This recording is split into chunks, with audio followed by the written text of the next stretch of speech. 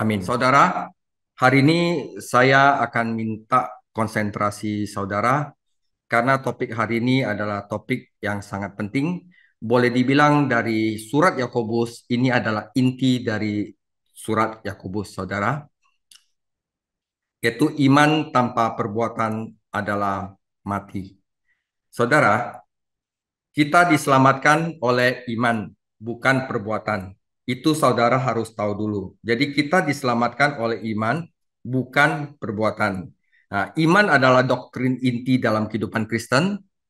Orang berdosa diselamatkan oleh iman, saudara. Efesus 2 ayat 8 sampai 9.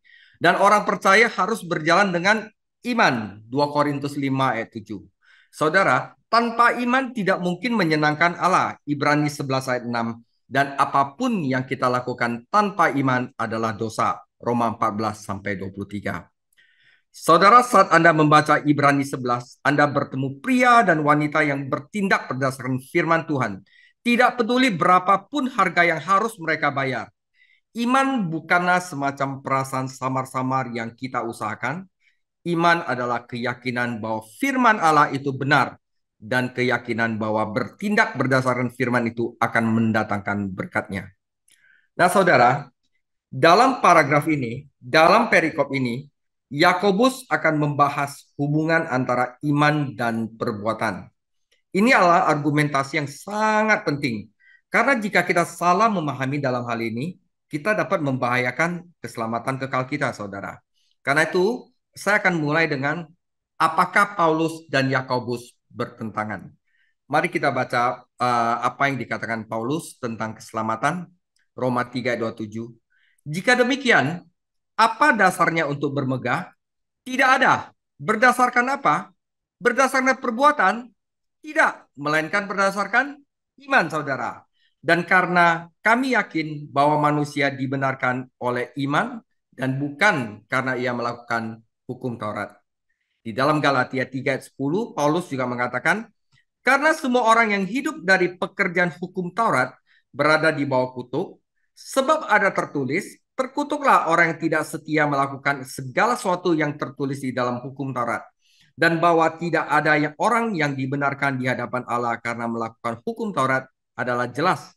Karena orang yang benar akan hidup oleh iman. Jadi kita diselamatkan oleh iman. Itu jelas, saudara. Nah, di sini di dalam Yakobus, dalam perikop yang saya bahas ini, dikatakan begini, jadi biar saudara-saudara tidak salah mengerti dan akhirnya gundah, saya harus jelaskan ini. Yakobus 2 ayat 14, Yakobus berkata demikian. Apa gunanya saudara-saudara jika seorang mengatakan bahwa ia mempunyai iman, padahal ia tidak mempunyai perbuatan? Dapatkah iman itu menyelamatkan dia? Yakobus 2 ayat 24.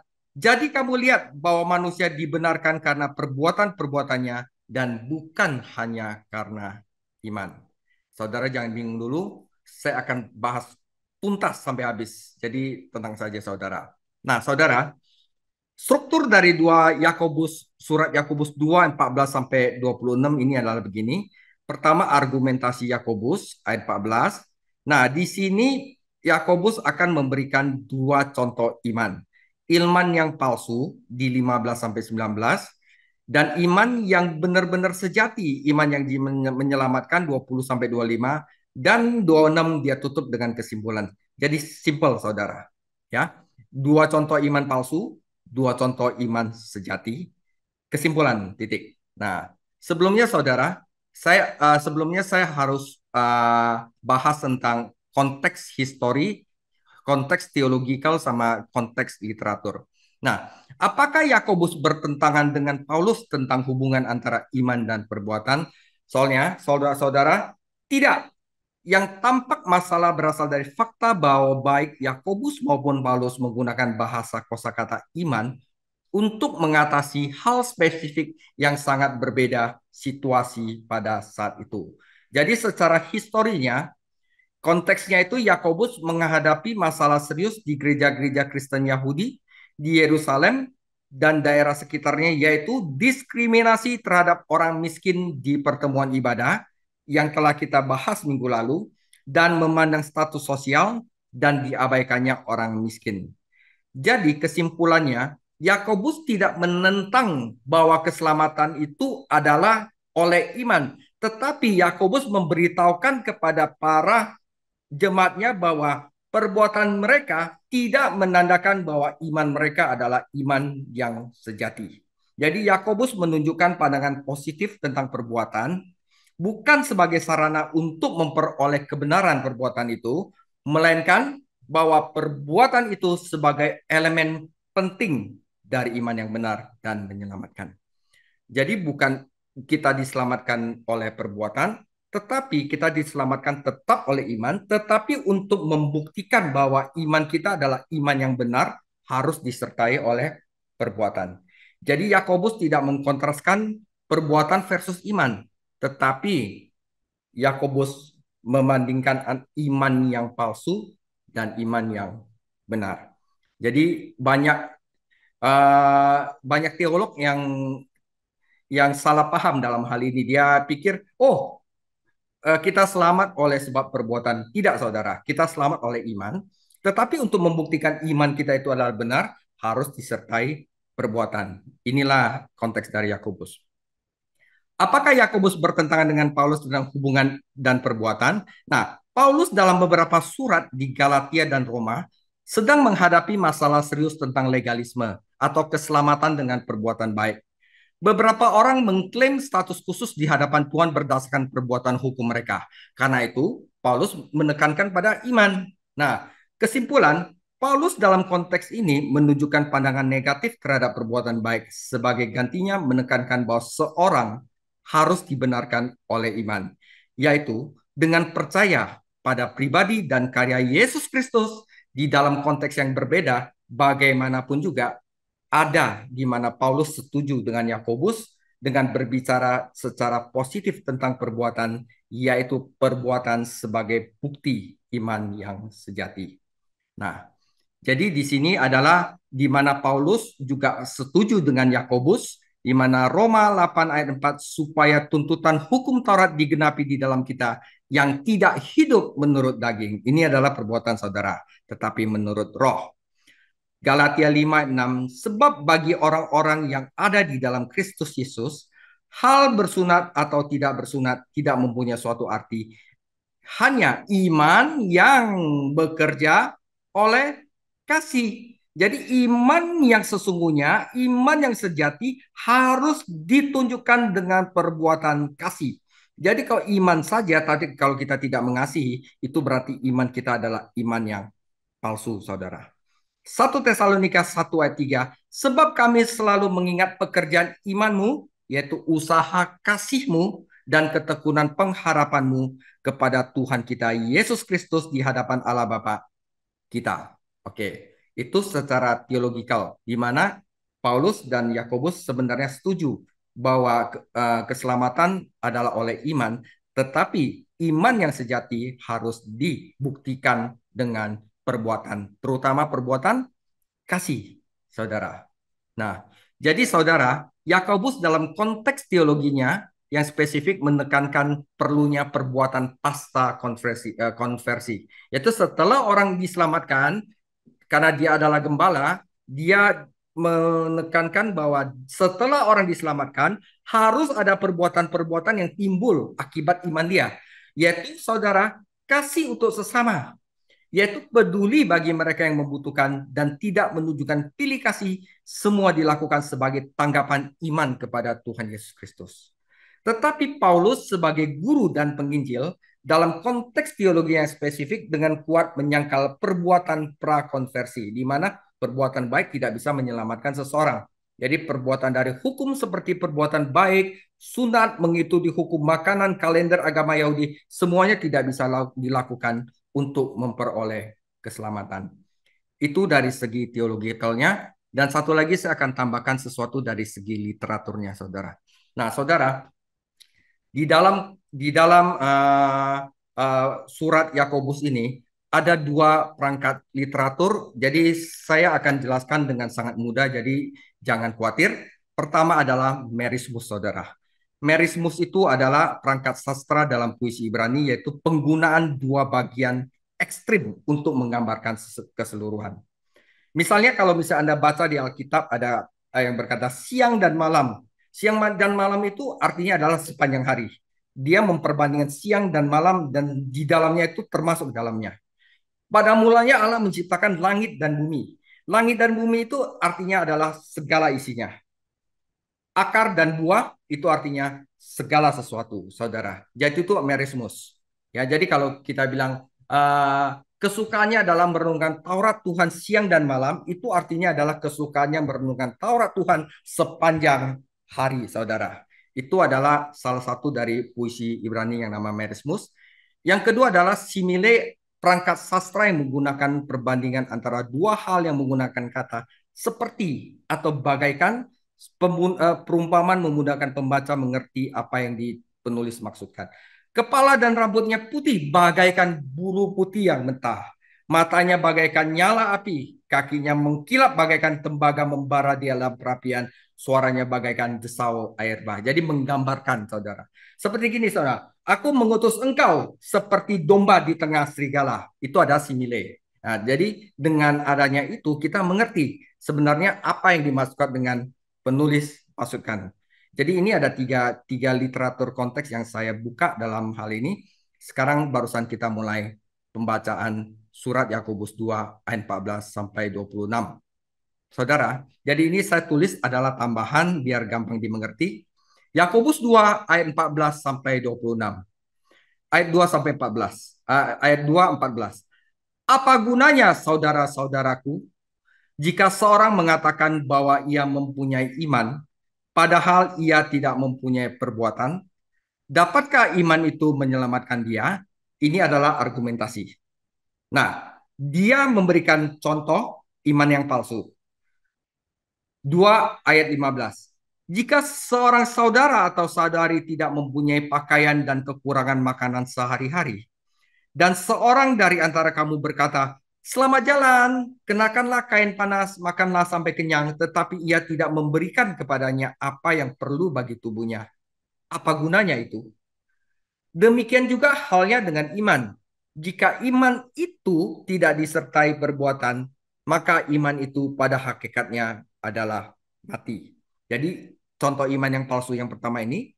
Yang kedua, tetapi mungkin ada orang berkata, padamu ada iman dan padaku ada perbuatan. Aku akan menjawab dia, tunjukkanlah kepadaku imanmu itu tanpa perbuatan, dan aku akan menunjukkan kepadamu imanku dari perbuatan-perbuatanku. Engkau percaya bahwa hanya ada satu Allah saja, itu baik. Tetapi setan-setan pun juga percaya akan hal itu, dan mereka gemetar. Itu adalah dua contoh iman yang palsu, saudara. Nah, sekarang contoh iman yang menyelamatkan. 2:20. Hai manusia bebal, maukah engkau mengakui sekarang bahwa iman tanpa perbuatan adalah iman yang kosong? Bukankah Abraham bapa kita dibenarkan karena perbuatan-perbuatannya ketika ia mempersembahkan Ishak anaknya di atas mezbah? Kamu lihat bahwa iman bekerja sama dengan perbuatan-perbuatan dan oleh perbuatan-perbuatan itu iman menjadi sempurna. Dengan jalan demikian, genaplah nas yang mengatakan, lalu percayalah Abraham kepada Allah, maka Allah memperhitungkan hal itu kepadanya sebagai kebenaran. Karena itu Abraham disebut sahabat Allah. Jadi kamu lihat bahwa manusia dibenarkan oleh karena perbuatan-perbuatannya dan bukan hanya karena iman. Dan bukankah demikian Rahab pelacur itu dibenarkan karena perbuatan-perbuatannya ketika ia menyembunyikan orang-orang yang disuruh itu di dalam rumahnya, lalu menolong mereka melalui jalan yang lain? Kesimpulan saudara, simile. Sebab seperti tubuh tanpa roh adalah mati, demikian juga iman tanpa perbuatan-perbuatan adalah mati. Demikian firman Tuhan. Saya akan mulai dari pertama argumen saudara.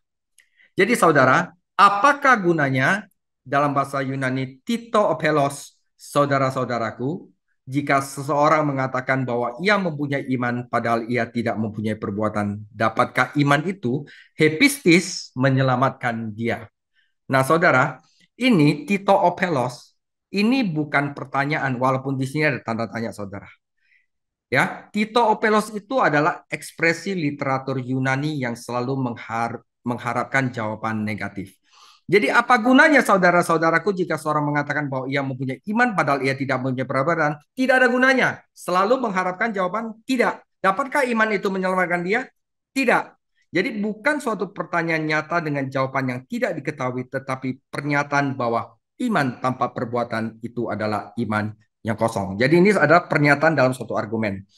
Jadi bukan secara umum sebagai iman, karena di sini jadi bukan soal apakah iman menyelamatkan dia. Ya, kita diselamatkan oleh iman. Tetapi di sini Yakobus mengatakan dapatkah iman itu? Jadi artinya iman yang tidak disertai oleh perbuatan dapat menyelamatkan dia.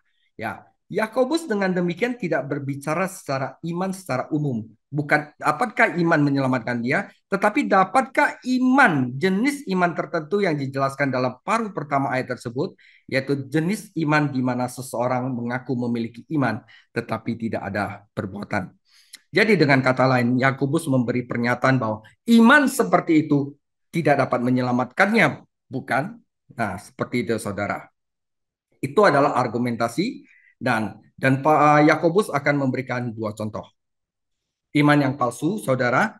Jadi jika seorang saudara-saudari tidak mempunyai pakaian dan kekurangan makan sehari-hari, dan seorang dari antara kamu berkata, "Selamat jalan, kenakanlah kain panas dan makanlah sampai kenyang." Tetapi ia tidak memberikan kepadanya apa yang perlu bagi tubuhnya. Apa gunanya itu? Tito opelos. Tidak ada gunanya bukan? Nah, dengan kata lain. Demikian juga halnya dengan iman. Jika iman itu tidak disertai perbuatan, maka iman itu pada hakikatnya mati. Tetapi mungkin ada orang berkata, padamu ada iman dan padaku ada perbuatan. Dan aku akan menjawab dia, tunjukkanlah kepadaku imanmu itu tanpa perbuatan dan aku akan menunjukkan kepadaku imanku dari perbuatan-perbuatanku. Engkau percaya bahwa hanya ada satu Allah aja, itu baik. Tetapi setan-setan pun juga percaya akan hal itu dan mereka gemetar. Oke, saudara. Bahkan di gereja mula-mula ada orang yang mengaku memiliki iman yang menyelamatkan, iman asli kepada Yesus, namun tidak memiliki keselamatan. Di mana ada yang asli, Anda akan menemukan yang palsu. Yesus memperingatkan Matius 7 ayat 21. Bukan setiap orang yang berseru kepadaku, Tuhan, Tuhan, akan masuk ke dalam kerajaan surga. Melainkan dia yang melakukan kehendak Bapakku di surga. Saudara, orang-orang dengan iman yang mati mengetahui kosakata yang benar untuk doa, kesaksian, dan bahkan dapat mengutip ayat-ayat yang benar dari Alkitab. Tetapi saudara, cara berjalan mereka, cara perbuatan mereka, karakter mereka itu tidak sesuai dengan perkataan mereka. Mereka berpikir bahwa kata-kata mereka sebaik perbuatan dan mereka salah. Yakobus memberikan ilustrasi sederhana. Seorang percaya yang miskin datang ke persekutuan tanpa pakaian yang layak dan membutuhkan makanan. Orang dengan iman yang mati memperhatikan pengunjung dan melihat kebutuhannya itu. Ya, dia bisa bantu dia mungkin satu bungkus nasi campur mungkin. Tapi dia tidak melakukannya dan dia biarkan saudara dia itu mungkin kelaparan. Nah, tetapi dia tidak melakukan apapun untuk memenuhi kebutuhan tersebut. Yang dia lakukan hanyalah mengucapkan beberapa kata saleh. Selamat jalan, kenakanlah kain panas dan makanlah sampai kenyang. Tetapi ia tidak memberikan padanya apa yang perlu bagi tubuhnya. Apa gunanya itu? Saudara, pangan dan sandang adalah kebutuhan pokok setiap manusia. Baik manusia itu diselamatkan atau baik manusia itu tidak diselamatkan, pangan dan sandang adalah kebutuhan pokok manusia. 1 Timotius 6 ayat 8, asal ada makanan dan pakaian cukuplah. Matius 6 ayat 31. Sebab itu janganlah kamu khawatir dan berkata, apakah yang akan kami makan? Apakah yang akan kami minum? Apakah yang akan kami pakai? Semua itu dicari bangsa-bangsa yang tidak mengenal Allah. Akan tetapi, Bapamu di surga tahu bahwa kamu memerlukan semua itu. Kejadian 28-20. Lalu bernasarlah Yakub, jika Allah akan menyertai dan akan melindungi aku di jalan yang kutempuh ini, memberikan kepadaku roti untuk dimakan dan pakaian untuk dipakai, sehingga aku selamat ke rumah ayahku, maka Tuhan akan menjadi Allahku. Jadi makanan dan pakaian adalah kebutuhan pokok manusia. Tetapi kita lihat ada orang datang ke persekutuan yang nggak makan sama sekali. Tapi kita sedikit pun rasa iba kita itu tidak memberikan sesuatu untuk mereka untuk makan. Saudara, apakah itu membuktikan iman kita kepada Yesus Kristus adalah iman yang menyelamatkan? Nah, sebagai orang beriman, kita memiliki kewajiban untuk membantu memenuhi kebutuhan orang lain. Tidak peduli siapa mereka, saudara. Galatia 6 ayat 10. Karena itu, selama masih ada kesempatan bagi kita, marilah kita berbuat baik kepada semua orang, tetapi terutama kepada kawan-kawan kita seiman. Matius 25 ayat 40. Dan raja itu menjawab mereka, Aku berkata kepadamu, sesungguhnya segala sesuatu yang kamu lakukan untuk salah seorang dari saudaraku yang paling hina ini, kamu telah melakukannya untuk aku. 1 Yohanes 3:17. Barang siapa mempunyai harta duniawi dan melihat saudaranya menderita kekurangan, tetapi menutup pintu hatinya terhadap saudaranya itu, bagaimanakah kasih Allah dapat tetap diam di dalam dirinya? Anak-anakku, marilah kita mengasihi bukan dengan perkataan atau dengan lidah, tetapi dengan perbuatan dan di dalam kebenaran, saudara. Galatia 5:6. Sebab bagi orang-orang yang ada di dalam Kristus Yesus, hal bersunat atau tidak bersunat tidak mempunyai suatu hari. Tidak mempunyai suatu hari. Hanya iman yang bekerja oleh kasih. Jadi iman yang menyelamatkan adalah iman yang disertai oleh perbuatan kasih, saudara. Imam dan orang Lewi dalam perumpamaan tentang orang Samarian baik hati, masing-masing menjalani pelatihan agama yang keras. Tetapi tidak satu pun dari mereka berhenti untuk membantu orang yang sekarat di pinggir jalan. Lukas 10 ayat 25 sampai 37. Masing-masing dari mereka akan mempertahankan imannya, namun tidak ada satupun yang menunjukkan bahwa iman bekerja oleh kasih, menunjukkan bahwa iman mereka di dalam perbuatan kasih. Jadi, pertanyaan dalam Yakobus 2 ayat 14 harusnya berbunyi, dapatkah iman itu menyelamatkan dia? Jenis iman apa? Jenis iman yang tidak pernah terlihat dalam perbuatan kasih? Jawabannya adalah tidak, saudara. Setiap pernyataan iman yang tidak menghasilkan perubahan hidup dan perbuatan baik adalah iman yang mati. Jika iman itu tidak disertai perbuatan, maka iman itu pada hakikatnya adalah mati, saudara. Jadi dengan kata lain, hanya iman yang membenarkan, tetapi iman yang membenarkan tidak pernah berdiri sendiri. Iman yang menyelamatkan, saudara, ini penting, akan selalu menghasilkan buah, saudara. Yaitu membawa perubahan karakter kita, perbuatan hidup, perubahan hidup, dan menghasilkan perbuatan baik. Jadi kalau kita setelah percaya kepada Yesus Kristus, karakter kita makin parah, kita tidak ada perubahan hidup, makin mengasihi, kita cek dulu apakah iman kita adalah iman yang menyelamatkan. Karena apa? Bisa jadi iman kita adalah iman yang tidak menyelamatkan. Dan ini penting sekali karena bisa jadi kita belum diselamatkan, saudara. Orang dengan iman yang mati hanya memiliki pengalaman intelektual, saudara. Hanya di pikiran. Dalam pikirannya, dia mengetahui doktrin keselamatan. Tetapi dia tidak pernah menyerahkan dirinya kepada Tuhan Yesus dan mempercayai Yesus Kristus untuk keselamatan. Dia tahu kata-kata yang tepat, tetapi dia tidak mendukung kata-katanya dengan perbuatan. Iman kepada Yesus Kristus mendatangkan kehidupan, saudara. Dan di mana ada hidup, di sana ada pertumbuhan karakter, pertumbuhan rohani, kedewasaan rohani, dan buah, saudara. 3 kali dalam paragraf ini Yakobus memperingatkan kita bahwa iman tanpa perbuatan adalah mati. 17, 20, 26. Iman yang mati bukanlah iman yang menyelamatkan, saudara. Iman yang mati adalah iman palsu dan membuai orang tersebut ke dalam iman palsu akan kehidupan kekal. Yakobus ingin mengejutkan para pembacanya, jadi dia menggunakan jenis dua iman yang palsu, saudara, yaitu iman setan sebagai ilustrasinya. Ketika Tuhan Yesus melayani di bumi, dia sering mengusir setan dan dia memberikan kuasa itu kepada murid-muridnya. Paulus sering menghadapi kekuatan iblis dalam pelayanannya dan dalam Efesus 6 ayat 10-20 dia menasihati orang Kristen mula-mula untuk meminta perlindungan Tuhan dan mengalahkan kekuatan spiritual kejahatan. Sangat mengejutkan bagi orang-orang bahwa setan memiliki iman. Apa yang mereka percayai? Untuk satu hal, saudara, setan itu tidak ateis. Setan itu percaya akan keberadaan Tuhan. Mereka bukan ateis atau agnotis. Setan juga percaya akan keilahian Kristus. Setiap kali mereka bertemu Kristus ketika Yesus berada di bumi, mereka memberikan kesaksian bahwa Yesus adalah anak Allah. Saya kasih buktinya, saudara. Markus 3 ayat 11. Bila mana roh-roh jahat melihat dia, mereka jatuh tersungkur di hadapannya dan berteriak, "Engkaulah anak Allah." Tetapi ia dengan keras melarang mereka memberitahukan siapa dia. Setan juga tahu bahwa ada tempat penghukuman. Lukas 8 ayat 31. Lalu setan-setan itu memohon kepada Yesus supaya ia jangan memerintahkan mereka masuk ke dalam jurang maut. Dan mereka juga mengakui Yesus Kristus sebagai hakim. Markus 5 ayat 7. Dan dengan keras ia berteriak, "Apa urusanmu dengan aku, hai Yesus, anak Allah yang maha tinggi? Demi Allah, jangan siksa aku." Nah, saudara, di dalam Yakobus 2 ayat 19, engkau hanya percaya bahwa hanya ada satu Allah saja. Engkau percaya Allah ada.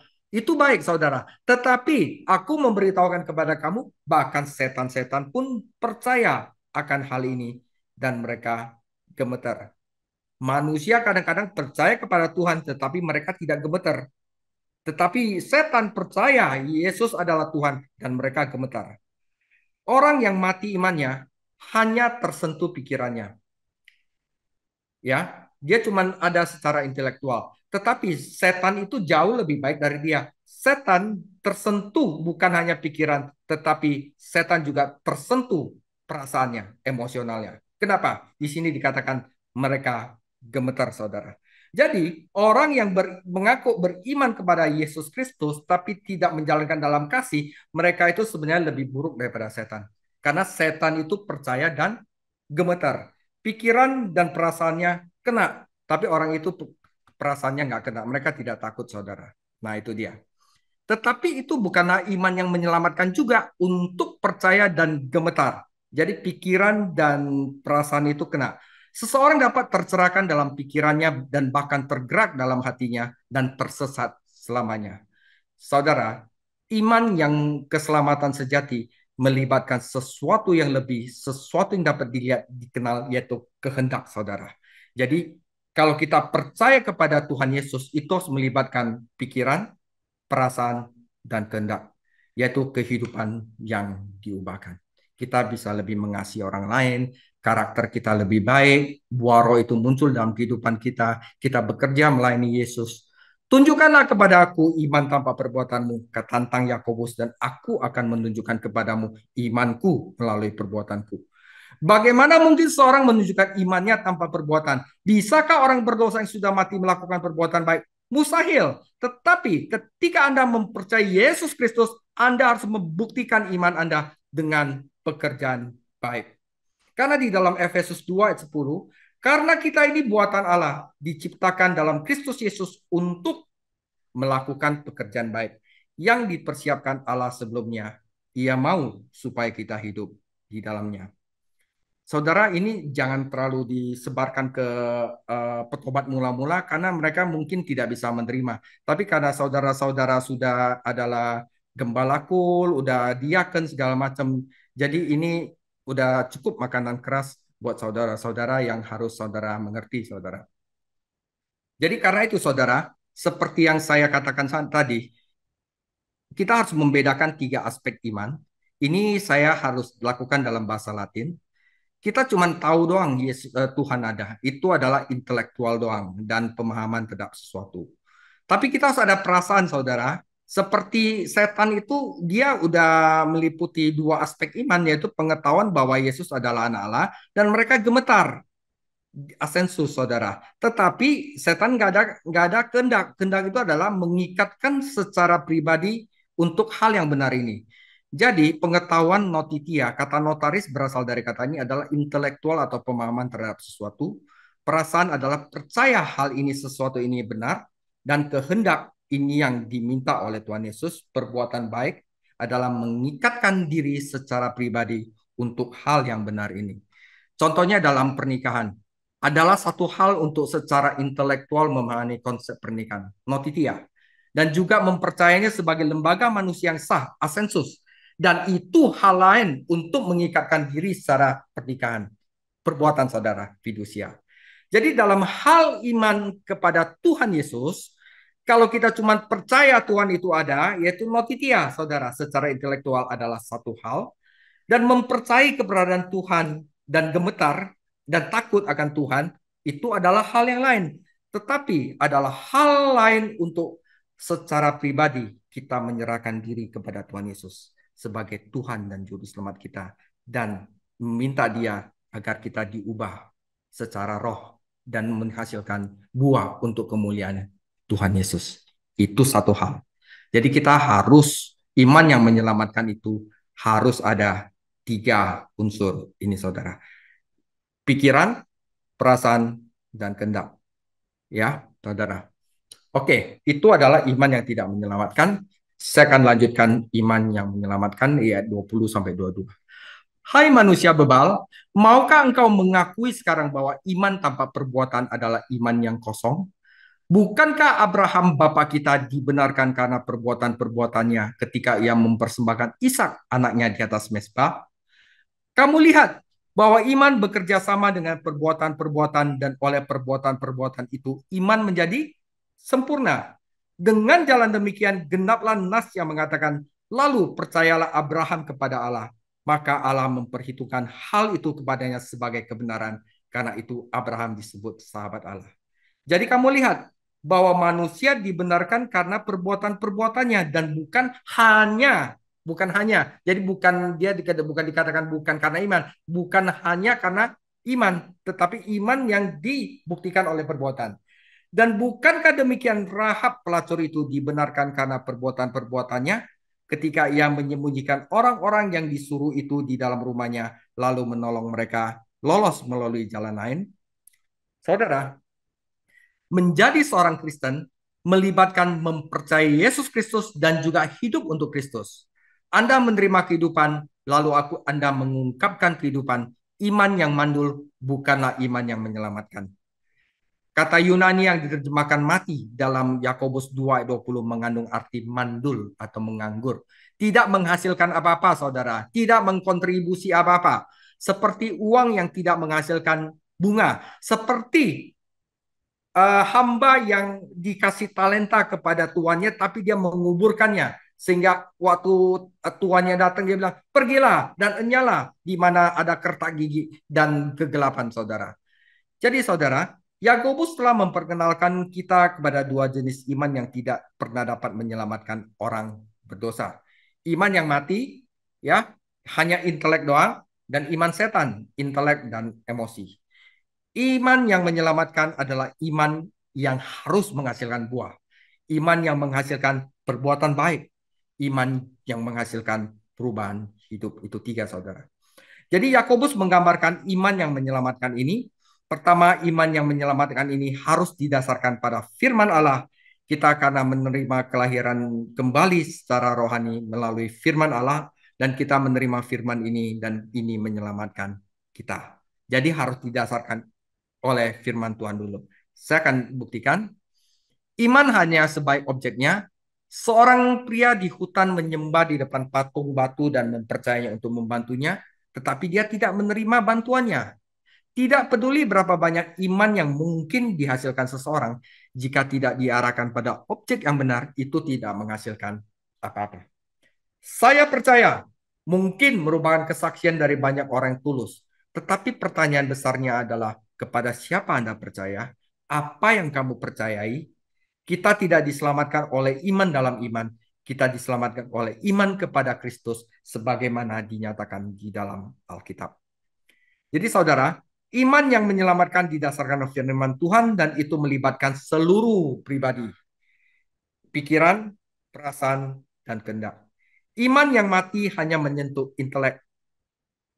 Saya tahu Tuhan itu ada, tapi saudaranya kelaparan, nggak ada pakaian telanjang, dia nggak coba untuk memberikan dia pakaian telanjang. Apakah iman adalah iman yang hidup? Itu adalah iman yang mati.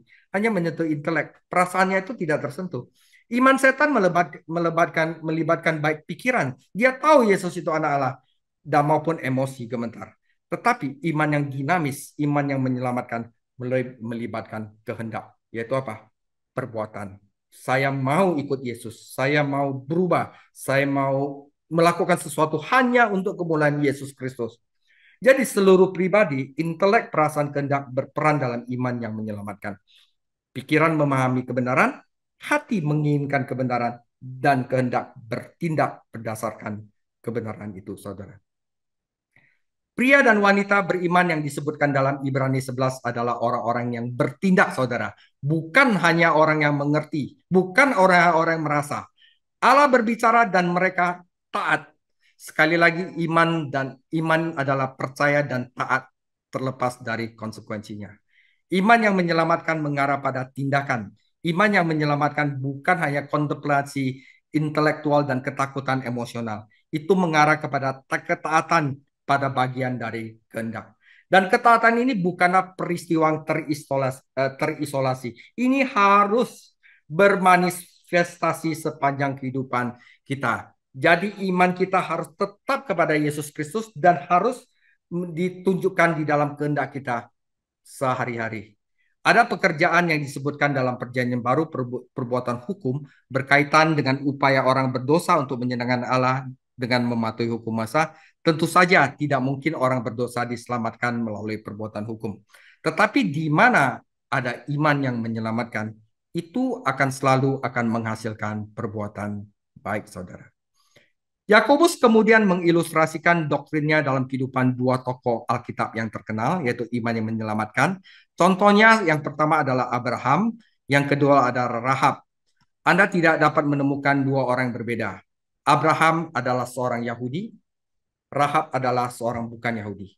Ini adalah, saya lagi coba merismus, saudara, memperbandingkan dua ekstrim. Abraham adalah seorang yang saleh, Rahab adalah seorang pelacur, seorang berdosa. Abraham adalah sahabat Allah, sedangkan Rahab adalah musuh Allah. Apa kesamaan mereka? Keduanya menjalankan iman yang menyelamatkan kepada Allah. Jadi, pengalaman keselamatan Abraham dicatat dalam Kejadian 15. Kejadian 15 ayat 5. Lalu Tuhan membawa Abraham keluar serta berfirman, cobalah lihat ke langit, hitunglah bintang-bintang, jika engkau dapat menghitungnya. Maka firman-Nya kepadanya, demikianlah banyaknya nanti keturunanmu. Lalu percayalah Abraham kepada Tuhan, maka Tuhan memperhitungkan hal itu kepadanya sebagai kebenaran. Kata memperhitungkan adalah istilah keuangan, itu berarti memasukkan ke dalam rekening seseorang. Sebagai orang berdosa, buku tabungan rohani Abraham kosong, dia bangkrut. Tetapi dia mempercayai Allah dan Allah membenarkan Abraham. Abraham tidak bekerja untuk kebenaran ini. Dia menerima hadiah dari Tuhan. Dia dinyatakan benar oleh iman. Dia dibenarkan oleh iman. Tetapi dia melakukannya dalam perbuatan. Bagaimana Anda bisa tahu bahwa seorang dibenarkan karena iman jika transaksi ini terjadi antara pendosa dan Allah secara pribadi? Tetapi teladan Abraham menjawab pertanyaan penting itu. Orang yang dibenarkan memiliki kehidupan yang berubah dan menaati kehendak Allah. Imannya itu ditunjukkan melalui perbuatannya.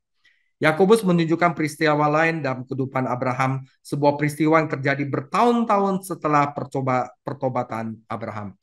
Peristiwa ini adalah persembahan Ishak di atas mezbah. Abraham tidak diselamatkan dengan menaati perintah Allah yang sulit ini. Ketaatannya dengan mempersembahkan Ishak di atas mezbah membuktikan bahwa iman dia adalah iman yang sejati, membuktikan bahwa dia sudah diselamatkan.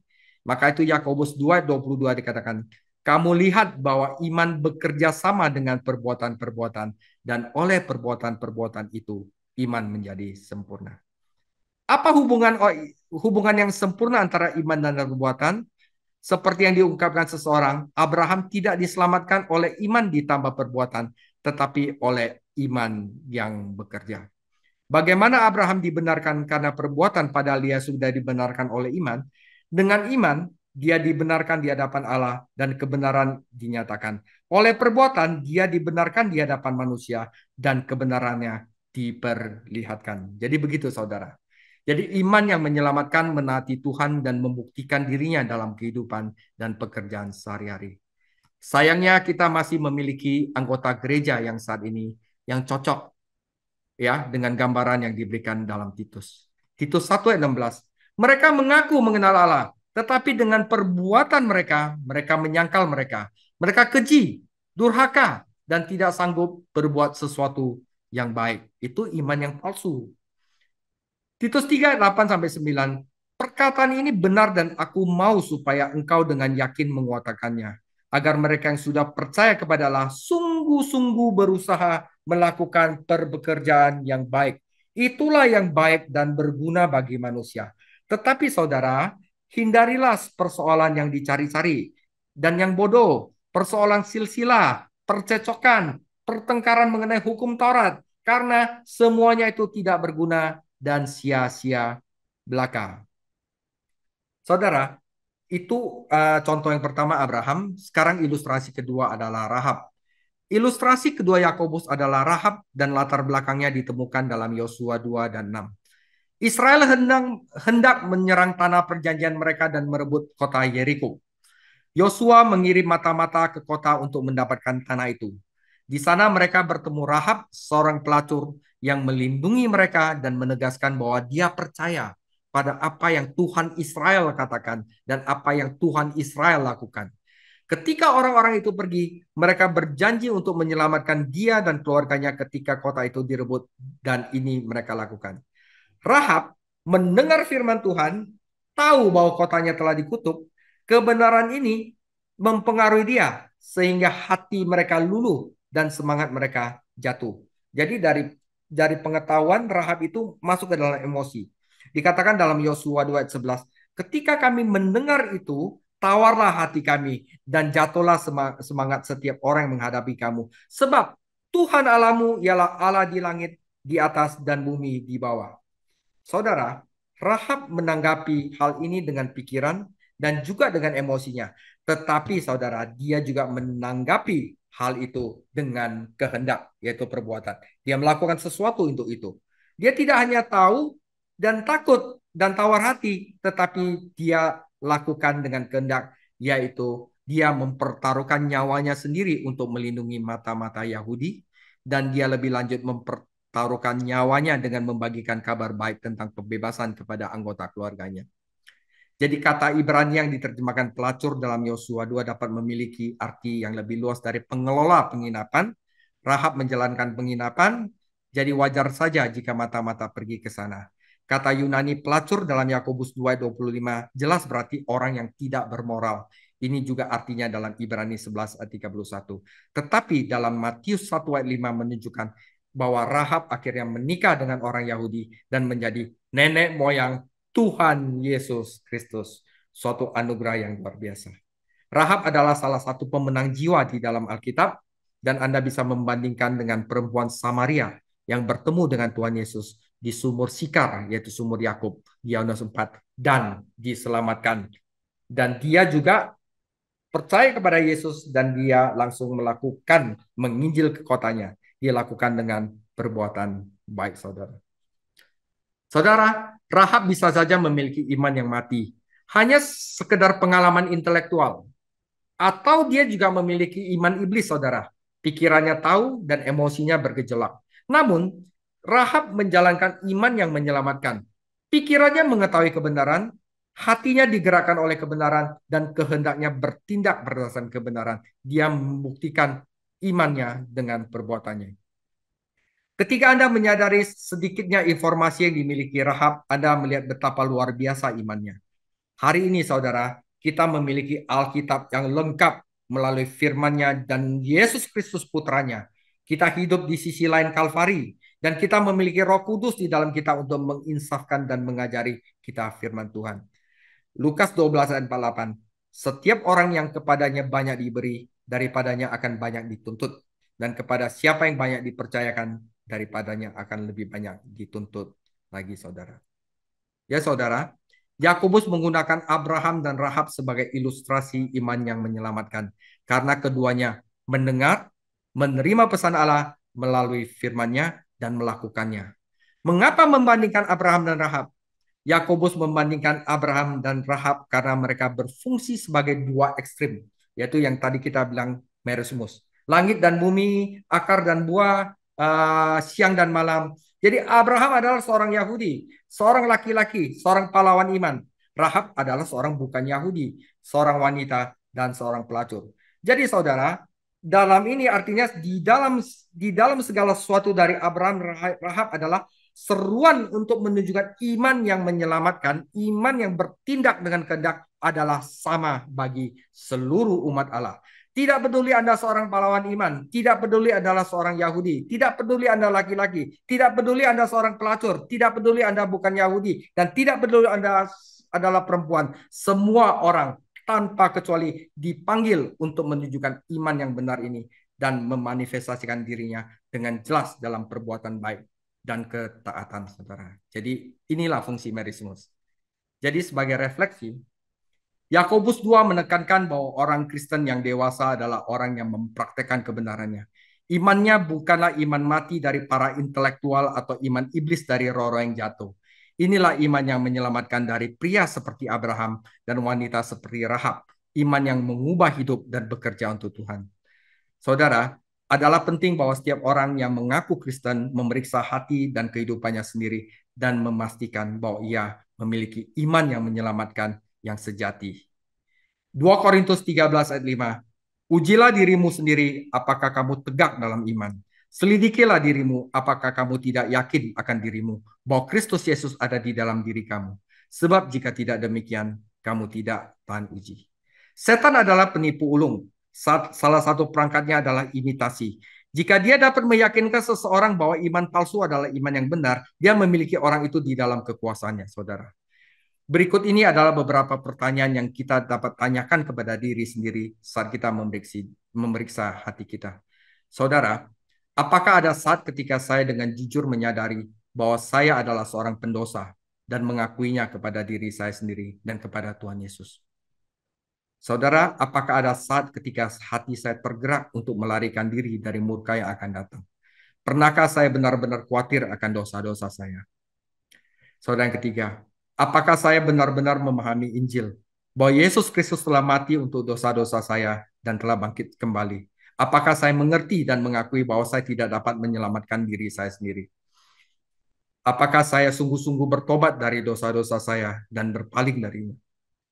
Sudahkah saya mempercayai Yesus Kristus dan Kristus saja untuk keselamatan saya? Apakah saya menikmati hubungan hidup dengan Dia melalui firman dan doa? Apakah ada perubahan dalam hidup saya? Apakah karakter saya berubah? Apakah saya senang melakukan perbuatan baik untuk Tuhan? Apakah saya berusaha untuk bertumbuh dalam hal-hal Tuhan? Bisakah orang lain mengatakan bahwa saya telah bersama dengan Tuhan Yesus? Yang ketujuh, apakah saya memiliki keinginan untuk membagikan Kristus kepada orang lain? Apakah saya malu kepada Yesus? Apakah saya menikmati persekutuan dengan umat Allah? Seperti ini, saudara. Apakah saya suka mendalami Alkitab untuk mengenal Yesus Kristus lebih dan lebih lagi? Dan yang kesembilan, apakah saya siap untuk kedatangan Tuhan Yesus kembali? Atau apakah saya akan malu ketika Dia datang untuk saya? Sebagai penutup, saudara, akhir kata, tidak setiap orang Kristen memiliki pengalaman pribadi yang sama dan ada tingkat pengudusan. Tetapi sebagian besar, refleksi spiritual sebelum yang saya jelaskan itu dapat membantu seseorang untuk menentukan kedudukannya yang sebenarnya di hadapan Allah. Mazmur 139 ayat 23. Selidikilah aku ya Tuhan dan kenalah hatiku. Ujilah aku dan kenalah pikiran-pikiranku. Lihatlah apakah jalanku serong dan tuntunlah aku di jalan yang kekal. Yakobus 2 ayat 14. Apa gunanya saudara-saudaraku jika seorang mengatakan bahwa ia mempunyai iman padahal ia tidak mempunyai perbuatan, dapatkah iman itu menyelamatkan dia? Tidak, saudara. Simile di Yakobus 2 ayat 26 sebagai kesimpulan. Sebab seperti tubuh tanpa roh adalah mati, demikian juga iman tanpa perbuatan-perbuatan adalah mati, saudara. Saudara, demikian firman Tuhan. Semoga membantu saudara. Tuhan Yesus memberkati. Minggu depan kita akan bahas tentang lidah adalah bagian terkecil, tetapi ya gitu deh saudara ya. Saya sengaja pakai judul seperti itu.